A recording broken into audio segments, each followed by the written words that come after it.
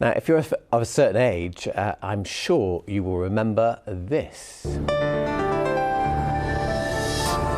Now on BBC1, Chris Vasher and Susan Osman with the latest news from Points West.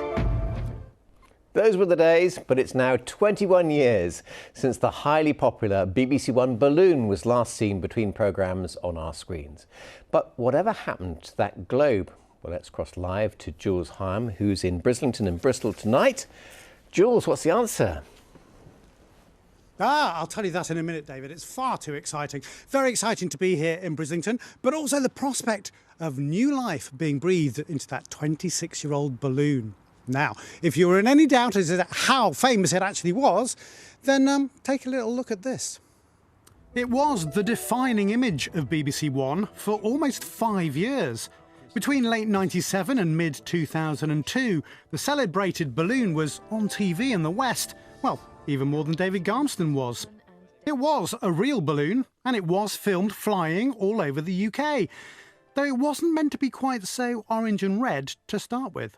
The initial designs for the balloon showed it as the traditional blue and green globe, but it was soon realised that it wasn't going to be standing out against any of the backgrounds, because all the backgrounds are going to be mostly blue and green or the blue sky. The opposites of green and blue are red and orange, and of course stood out really nicely against all the backgrounds that it was shot against. It certainly did stand out, and it became a real favourite.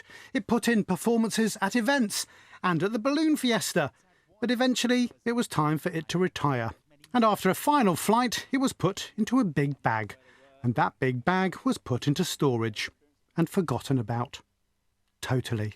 For 20 years plus now, it had disappeared into various different storage locations and no one knew where it was. Well, that is, until now.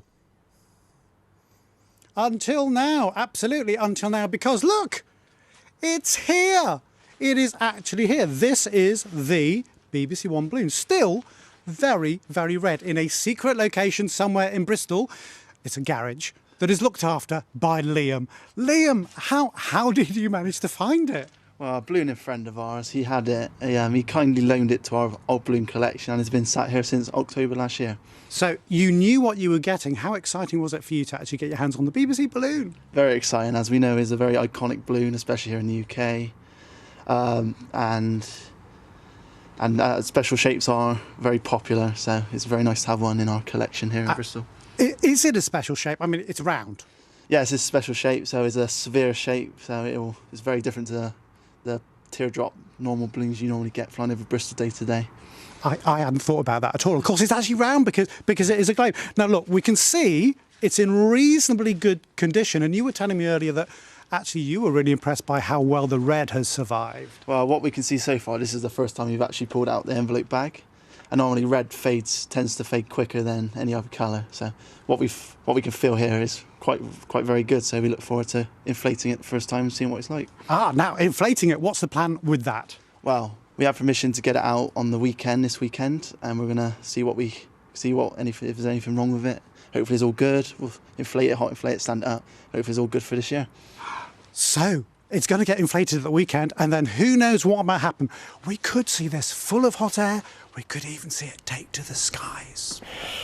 Jules, thank you. Yeah, it's a bit faded in a few holes, bit like me, really.